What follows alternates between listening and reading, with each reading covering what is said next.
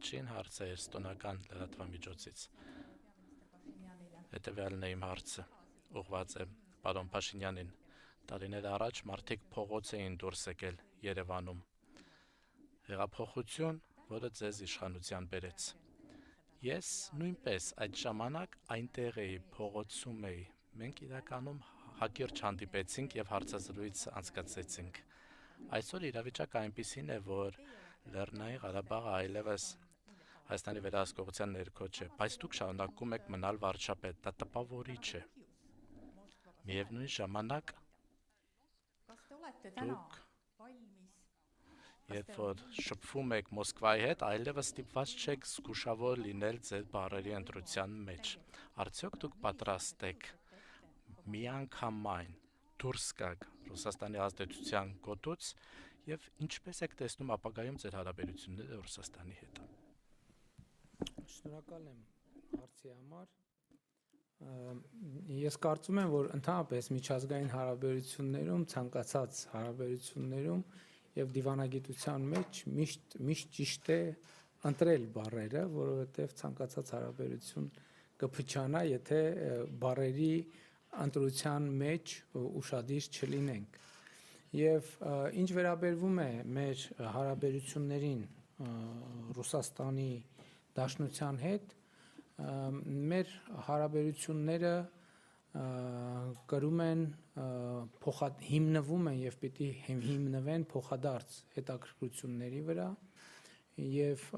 մենք եթե տեղյակ եք որդեգրել ենք բալանսավորված եւ բալանսավորման արտաքին քաղաքականություն, ինչը նշանակում է, որ մենք մեր արտաքին քաղաքականությունը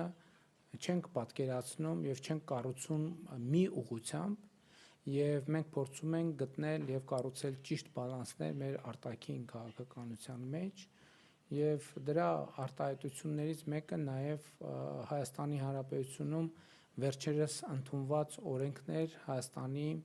Հանրապետության Եվրամիությանը անդամակցելու գործընթացի մեկնարկը տալու վերաբերյալ եւ ես ուզում եմ ասել, որ նաեւ վարչապետի հետ քննարկումների ժամանակ ես ընդգծեցի, որ այդ օրենքը մենք դիտարկում ենք նաեւ որպես լրացուցիչ խթան մեր ժողովրդավարական բարեփոխումների համար, որովհետեւ մենք այսպես թե այնպես ժողովրդավարական բարեփոխումների քաղաքականություն ենք վարում, ոչ թե քաղաքականություն, այդ ռազմավարություն, եւ շատ կարեւոր է, որ այդ ռազմավարության մեջ մենք ունենանք լրացուցիչ խթաններ եւ այդ օրենքը այդ լրացուցիչ խթաններից մեկն է, բայց մյուս կողմից ես ուզում եմ շատ հստակ լինել, որովհետեւ երբեմն նաեւ Հայաստանում արվում են մեկնաբանություններ, որոնք ճիշտ չեն արտահայտում իմ կարծիքով իրականությունը, մենք ամենևին էլ Ռուսաստանի հետ մեր հարաբերությունները լարելու, խզելու, փչացնելու մտադրություն չունենք, մենք ուզում ենք ինչպես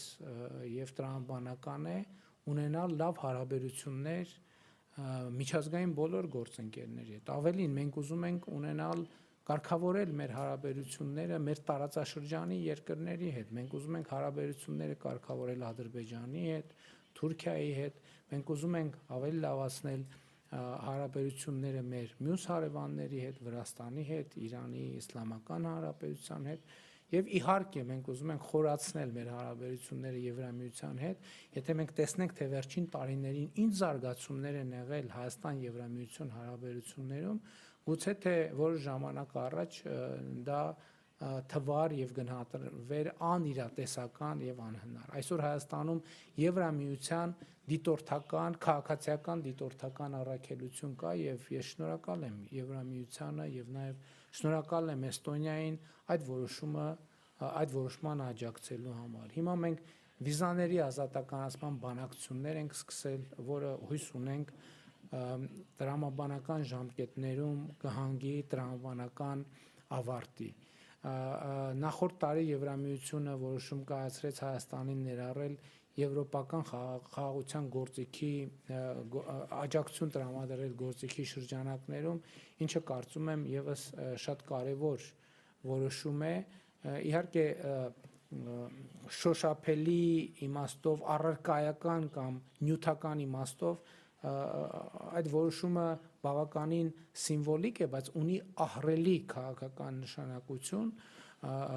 եւ սա նաեւ մեր բալանսավորված եւ բալանսավորման արտաքին քաղաքականության կարևոր արդյունքներից մեկն է։ Իհարկե մենք հույս ունենք նաեւ Եվրամիության հետ խորացնել մեր տնտեսական հարաբերությունները, առևտրային հարաբերությունները, որովհետեւ կարծում եմ, որ քաղաքական երկխոսությունը ավելի էֆեկտիվ եւ շոշափելի է դառնում, երբ ուղեկցվում է կոնկրետ տնտեսական արդյունքներով։